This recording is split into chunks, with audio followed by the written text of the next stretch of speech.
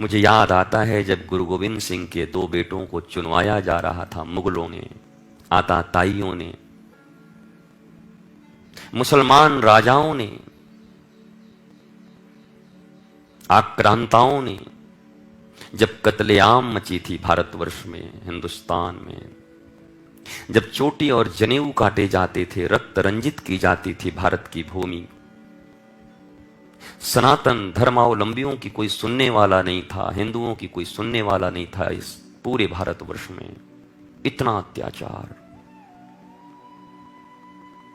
उस समय में उनके दोनों बेटों को चुनवाया गया।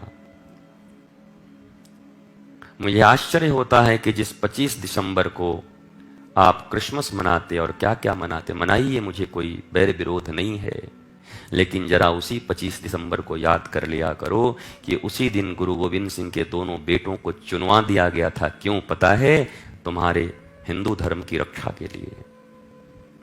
नन्हे नन्हे बालक, एक 15 साल का, एक 11 साल का, कैसे युवराज जैसे गोरे पुत्र इस्लाम धर्म कबूल कर ले और नहीं तो तुझे चुनवा दिया जाएगा। भारत भूमि की रक्षा के लिए, सनातन धर्म की रक्षा के लिए, अपने धर्म की रक्षा के लिए दीवारों में चुन दिए गए, पर विधर्मियों के धर्म को स्वीकार नहीं किया।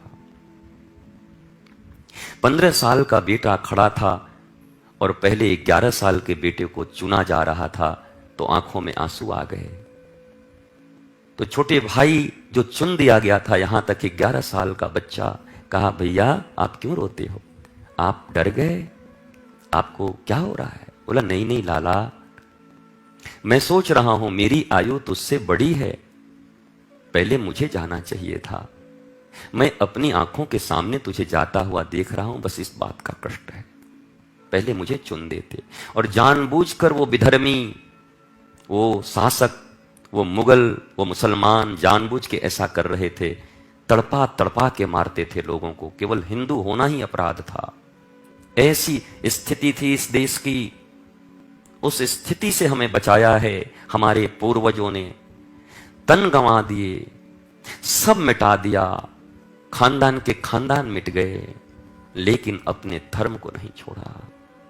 अपने धर्म में जिए, राम और कृष्ण को लेकर जिए। आज उसी देश की कैसी स्थिति है कि जातिवाद के नाम पर लड़ाई हो रहा है, वर्ण के नाम पर लड़ाई हो रहा है, विखंडित किया जा रहा है सनातन धर्मियों को, हिंदुओं को मिटाया जा रहा है, एक दूसरे से भिड़ाया जा रहा है। जरा आप सोचो, एक ही भक्तमाल ग्रंथ है, वहीं पर श्री रैदास जी की कथा है, और वहीं पर चैतन्य महाप्रभु की कथा है, वहीं पर रामानंद जी की कथा है, वहीं पर कबीरदास की कथा है, वहीं चोखा मेला की कथा है, वहीं पर नामदेव जी की कथा है, वहीं सावता माली की कथा है, वहीं जनाबाई की कथा है। कहां जातिवाद है? कहां वर्ण विभेद है? ये तो वोट के सौदागरों ने तुम्हें बांट दिया है, जिनकी तिजोरियां भरी पड़ी हैं, तुम्हें बांट दिया, अलग अलग कर दिए तुम्हें। वरना जिस धर्म को बचाने के लिए 11-11 साल के बच्चे चुन दिए गए हों और मुस्कुरा रहे हों, भैया रोना मत, और फिर 15 साल के बच्चे को चुन दिया। जाओ दिल्ली, गुरुद्वारा शीशगंज, शीशगंज नाम क्यों है? गुरु तेग बहादुर जी के नाम पर है। कश्मीरी पंडितों को, कश्मीरी हिंदुओं को जब जबरदस्ती इस्लाम पकड़ाया जा रहा था, बहन बेटियों को मारा जा रहा था, खुले आम रक्त रंजित थी पूरी भूमि, तो आकर तेग बहादुर जी से उन्होंने कहा, मेरी रक्षा कीजिए। उन्होंने रक्षा के लिए तलवार उठाई।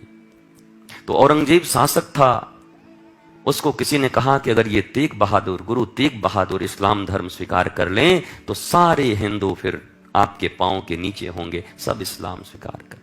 उसने ऑफर किया कि या तो कर ले, नहीं तो तुझे मरवा दूंगा। धर्म की रक्षा के लिए गुरु साहब, गुरु तेग बहादुर, गुरुद्वारा शीशगंज नाम भी नहीं सुनते। कैसे इतिहास पढ़ाए गए हैं हमें।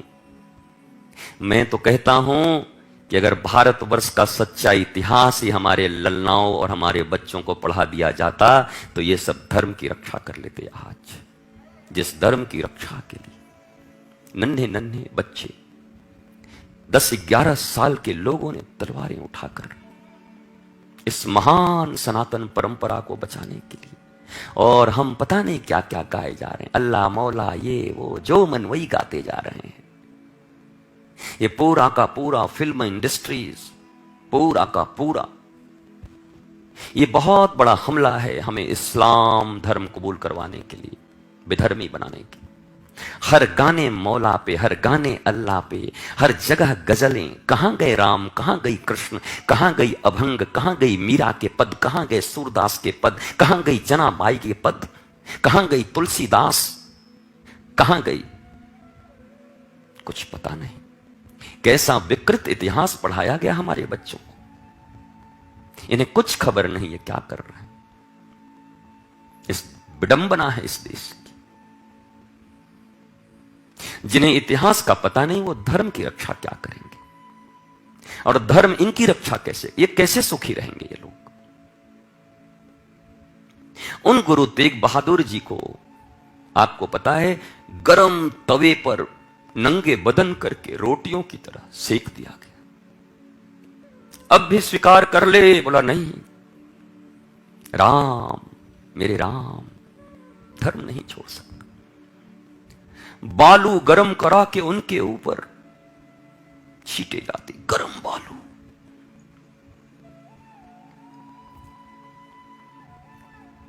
बड़े तेल के कड़ाहों में पकौड़ियों की तरह तल दिए गए जिंदा इंसान जिसने धर्म रक्षा के लिए।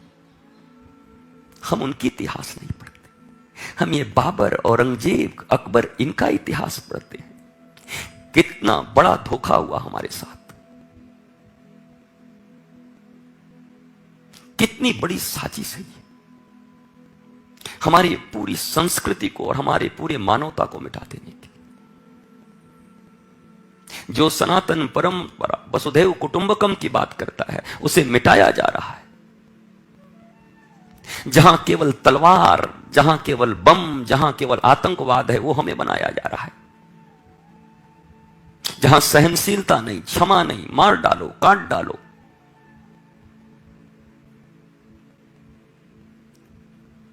ये सिख गुरु क्यों बने थे? हमारी तुम्हारी रक्षा के लिए। इन्होंने अपने बेटों की कुर्बानियां क्यों दी? वो हो सकते थे, वो राजा बन सकते थे, एक एक स्टेट का राजा बनाने के लिए कहते थे, और वो मुगल लोग, पर हंसते हंसते अपने बच्चों को चुनवा दिया। पर धर्म न छोड़ो। हमें देखो हम क्या कर रहे हैं, वही सब सुन रहे हैं, वही रट रहे हैं, वही कर रहे हैं। मुझे मेरे कृष्ण का आधार है, मुझे जरूरत नहीं और किसी की। मेरे गुरु और मेरे कृष्ण मेरे लिए समर्थ हैं, मेरी किशोरी। मुझे और कुछ रचने की जरूरत नहीं। मैं उन महापुरुषों को याद करता हूं बस जिन्होंने मेरे धर्म की रक्षा की।